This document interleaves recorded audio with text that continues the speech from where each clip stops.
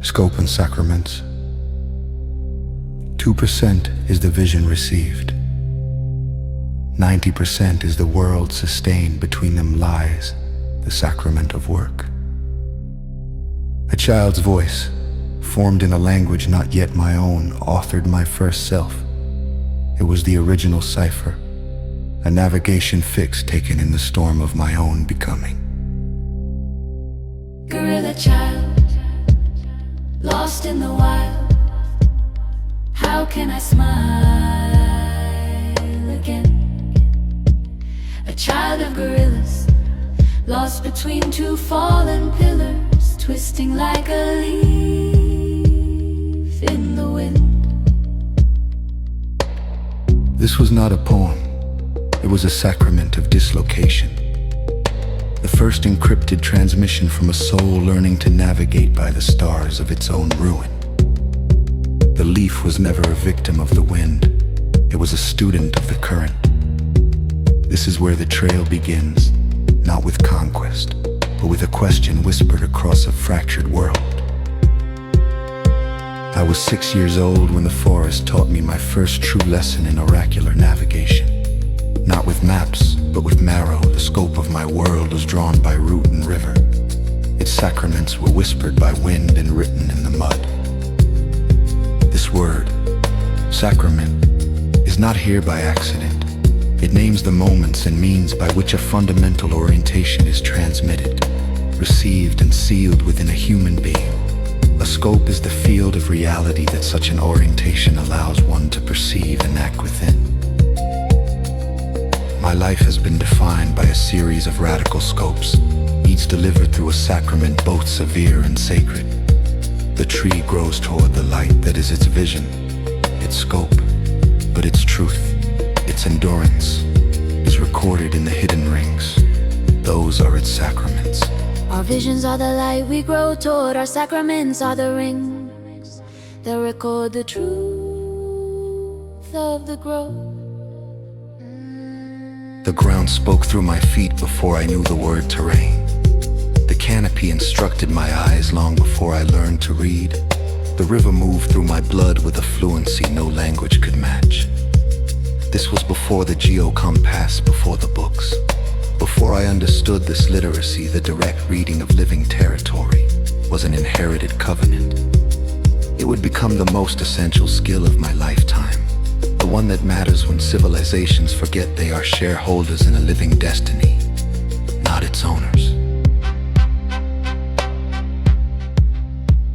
My parents, guerrilla consultants, translated campesino knowledge of mountain paths into tactical logistics for land defenders. They vanished into what history now calls the Holocausto Silencioso. When I was 3, I war without monuments, a violence without witnesses. The great forest raised me next. Through Star Macaw medicine shield teachings, through my grandfather's hands, which could peel a mango in one continuous strip, a lesson in economy and care. Through hunger, silence and attention. These were my first sacraments. They were administered by the land itself. The land was not metaphor, it was parent.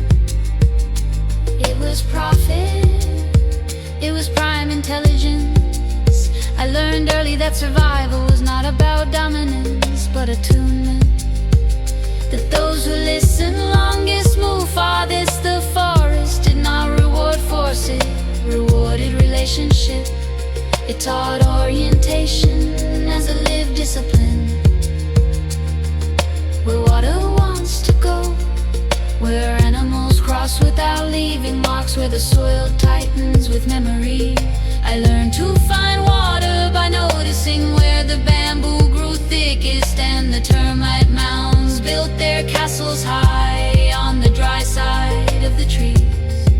I learned to predict weather by the scent of ozone released from crushed leaves. This was not intuition. It was data processing at the speed of life. A continuous dialogue where the forest was both transmitter and receiver.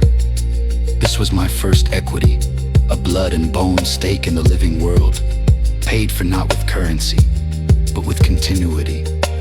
This was the scope of my childhood, a boundless, breathing curriculum.